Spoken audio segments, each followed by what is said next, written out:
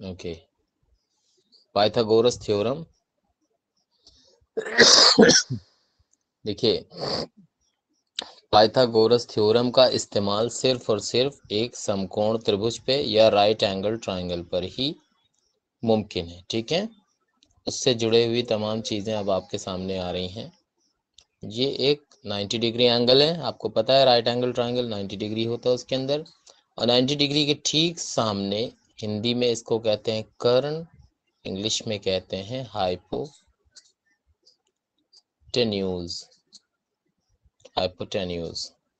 ठीक है, और ये 90 अंश का कोण बनाने वाली लाइन नीचे की तरफ आधार, नीचे कह लीजिए, या एक आधार और एक लंब, लंब को कहते हैं परपेंडिकुलर। ठीक है, आधार को कहते हैं बेस। ठीक है, यहाँ तक किसी को कोई तकलीफ नहीं होगी। और इसमें इसको लिखने का तरीका क्या है, अगर एंगल ए बी सी, मान लीजिए ट्रायंगल का नाम ए बी सी है। ठीक है, तो अगर आप यहाँ से एंगल सी से देखेंगे तो ये लंब है, क्या ए बी लंब है। जब एंगल सी से देखा जाएगा तो ए बी लंब यानी परपेंडिकुलर पड़ेगा, और अगर एंगल ए से देखेंगे तो बी सी परपेंडिकुलर माना जाएगा। ठीक है, यानी जो एंगल आप ले रहे हैं उसके ठीक सामने वाला माना जाएगा परपेंडिकुलर, और दूसरा उसके बगल में जो है उसको फिर बेस माना जाएगा। ठीक है, ओके, अब आगे देखिए। सर राइट हैंड में बेस माना जाएगा फिर या लेफ्ट हैंड में बेस माना जाएगा? हैंड से नहीं मतलब है, एंगल जो आपने चूज किया, जैसे इस एंगल की बात, एंगल बी ए सी की अगर बात है, एंगल बी सी ए की बात अगर है, तो सी सामने है ना, इसके जी सामने की साइड पड़ रही है ए बी, यानी यूं दिखे, ऐसे भी दिख रही है बी ए, ये परपेंडिकुलर होगा। ठीक है, जी और बी सी यानी जी इसके बगल वाली साइड, वो माना जाएगा बेस यानी आधार। ठीक है, जी अब इसमें एक जी सर। काम करते हैं, हम इसको एरिया थ्योरम्स में यानी सिमिलैरिटी में कैसे इस्तेमाल करें उसके ऊपर बात करते हैं। ठीक है, जी सर। तो अभी तक ये तो मेन चीज, एक बेसिक चीज थी, वो बता दी। अब हमें एक समकोण त्रिभुज यानी एक हमको चाहिए था 90 डिग्री वाला, यही राइट एंगल ट्रायंगल चाहिए था। अब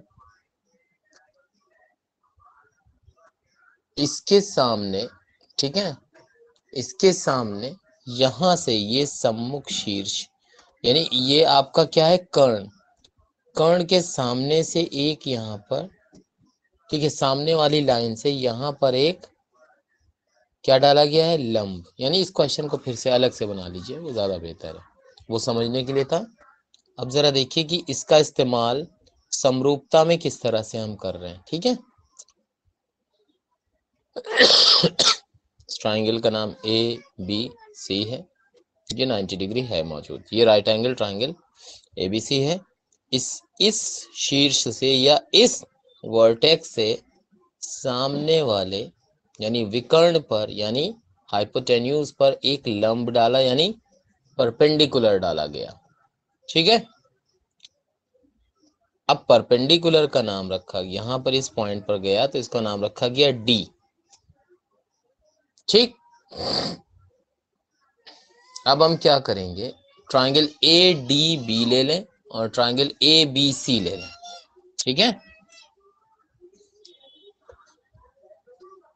एक ट्राइंगल इसमें से ए डी बी चुन लीजिए। ठीक है, और दूसरा ट्राइंगल चुन लीजिए ए बी सी। ठीक है, क्यों कर रहे हैं ऐसा, इसको देखिए जरा। अब इसमें दोनों में एंगल ए, ये वाला एंगल तो दोनों में ही पाया जा रहा है। ठीक है, यानी उभयनिष्ठ या कॉमन। ठीक है, कॉमन लिख सकते हैं, उभयनिष्ठ लिख सकते हैं हिंदी। अब एंगल ए डी बी, कौन सा, ये वाला angle A D B equals to angle A B C, A D B और ए बी सी। क्यों बता सकते हैं आप? 90 डिग्री ईच, दोनों के दोनों 90 डिग्री के हैं। ठीक है,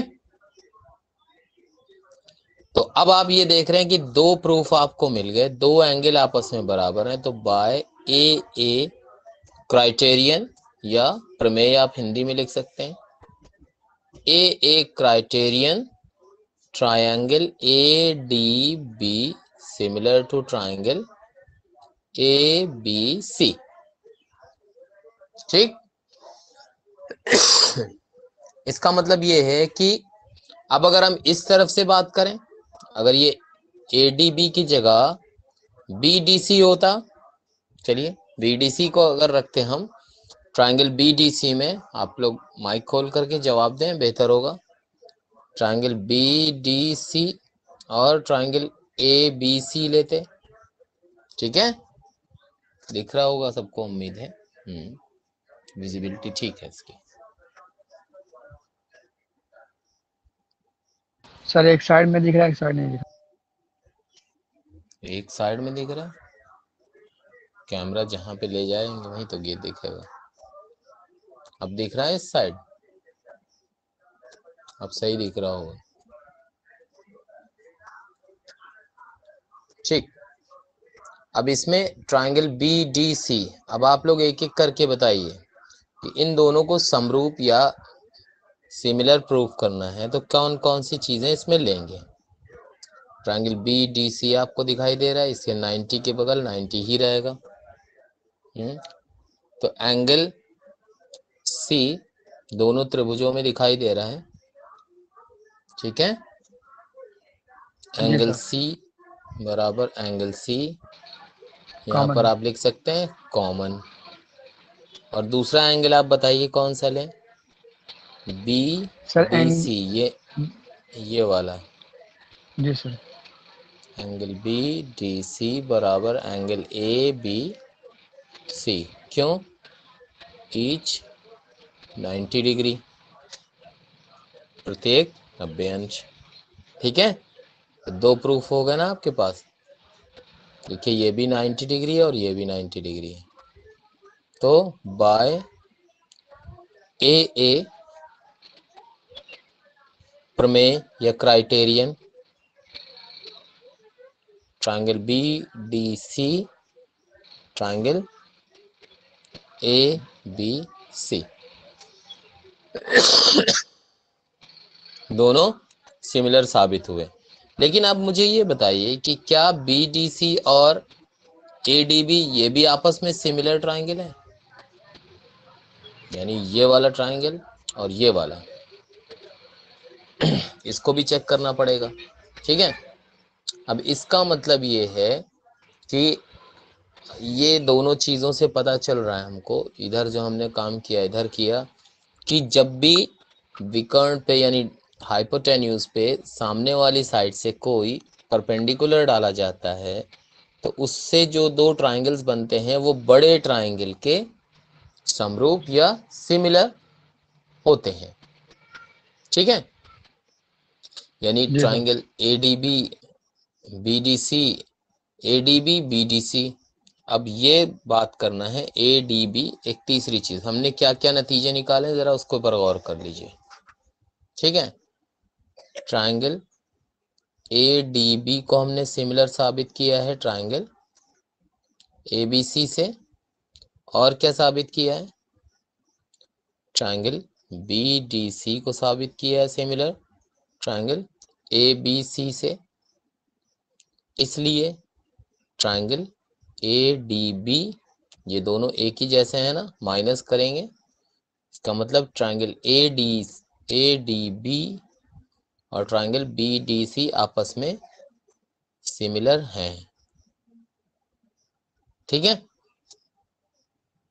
सिमिलर हैं। बात समझ में आ गई सबके? कौन सा? ये छोटे ट्रायंगल्स भी आपस में सिमिलर हैं।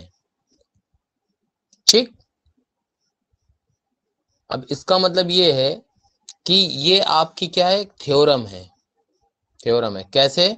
अब उम्मीद है कि आप लोगों को समझ आ गया होगा इसको। चलिए आगे चलते हैं।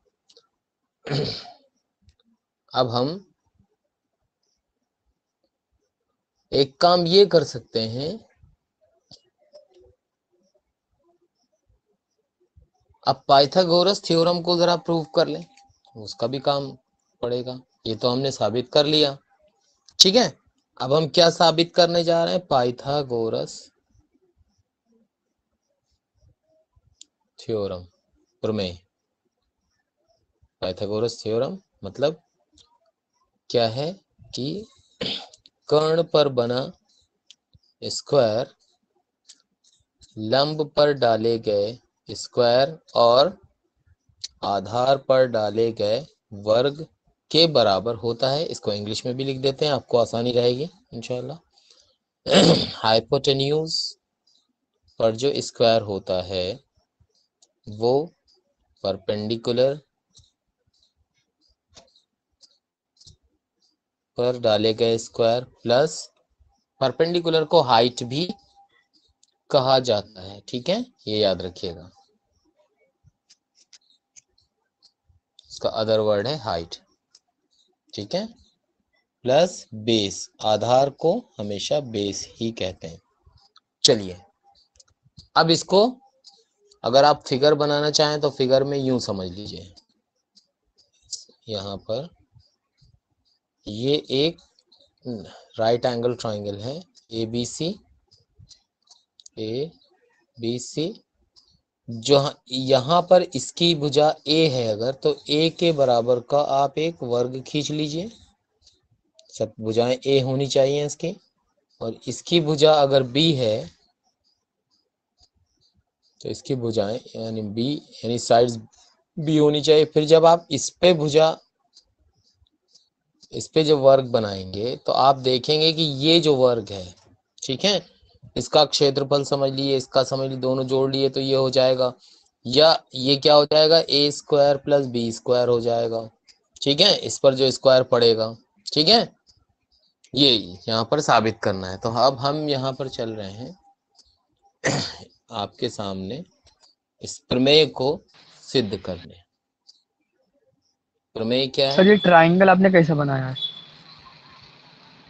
ट्राइंगल के लिए 3 लाइनें खींच दिए बन जाएगा। नहीं तो आपने चार उसमें चार क्या, लाइन और खींची। वो अभी पहले इस चीज को समझ लिए तो वो भी तभी समझ में आएगा, जरूरत उसकी दिखेगी तो समझ में आएगा। देखिए यहाँ पर देखिए, मैं बना रहा हूँ, ध्यान से देखिए। एक ट्राइंगल है हमारे पास ऐसे, और ये राइट एंगल ट्राइंगल है, ठीक है। जी ये सर। ट्राइंगल का नाम है ABC, ठीक है। अब B से सामने की तरफ एक लंब डाला है, इसका नाम है D, ठीक है, ऐसे। अब हमको इसमें क्या साबित करना है, जरा देख लीजिए, सब चीजें नोट, ये आपने उम्मीद है फिगर बना ली होगी, नहीं बनाई तो बना लीजिए। हमको इसमें सिद्ध करना है। वालेकुम अस्सलाम। अब इसमें हमें क्या साबित करना है कि, मेरा हाथ इधर नहीं आ रहा तो उसको थोड़ा सा चेंज करेंगे, ठीक है। AC स्क्वायर, इसका ये 90 डिग्री है तो इसके सामने ये हाइपोटेन्यूज हुआ ना, AC square equals to AB square plus ये और ये BC स्क्वायर, ये साबित करना है, ठीक है। तो ये साबित करने के लिए हमने क्या करा, एक ये लंब खींचा BD, ठीक है, परपेंडिकुलर खींचा, और अभी हमने ऊपर की तरफ क्या साबित किया था, क्या क्या साबित किया था, ट्राइंगल ABC या ADB ले लीजिए, पहले ADB सिमिलर था ट्राइंगल ABC के, अभी यहाँ पर अभी ऊपर साबित किया हमने, ये ट्राइंगल ADB सिमिलर है ABC के, तो इसका क्या मतलब होगा, A D upon A B equals to A B upon A C. ठीक, अब इससे क्या अगला नतीजा निकलेगा, क्रॉस मल्टीप्लाई कर दीजिए, तो ए बी के ऊपर स्क्वायर हो जाएगा, वो हो जाएगा ए डी इंटू ए सी। ठीक, ये इक्वेशन बनी, इसको 1 मान लीजिए। ठीक है, अब इसी के साथ triangle B D C equal यानी सिमिलर है ट्राइंगल ए बी सी के, तो बी डी सी के हिसाब से क्या करेंगे आप, B D upon A B, B C upon A C, और तीसरा नतीजा D C upon B C. ठीक, अब देखिए ये वाला हिस्सा ले लीजिए जिसमें दोनों जगह बी सी आ रहा है, इसको क्रॉस मल्टीप्लाई कर दीजिए, तो आ जाएगा B C square equals to A C into D C. ठीक है, ये इक्वेशन 2 आ गई। ठीक, अब ये इक्वेशन 1 और 2 को जोड़ने पर जोड़ा जाए, चलिए कैसे जोड़ते हैं इक्वेशन ये समझ लीजिए, ये भी यहीं पे लगे हाथ सीख लीजिए। तो A C square equals to A B square plus B C square, और उसके नीचे ये दूसरी equation B C square, sorry ये थोड़ा सा, ये नहीं, ये वाली नहीं, ये वाला A B square equals to A D into A C, और B C square equals to A C into D C. ठीक है, अब आप इसको जोड़ेंगे तो A B square plus B C square, तो इसमें तो कुछ जोड़ना नहीं, इसको प्लस में लिख दीजिए बस। ठीक है, अब इनको कैसे जोड़ेंगे, इनमें क्या हो रहा है, इसको प्लस करने चलेंगे तो ये होगा कि ए डी और ए सी कॉमन निकल आएगा, और अंदर की तरफ बचेगा A D into D C, ऐसे कर सकते हैं। ठीक है, या आप एक काम, सॉरी ये प्लस का निशान है सर इसको ए इस सी तरफ इसमें दोनों में बराबर हो रहा है, तो ए डी और ए सी आएगा।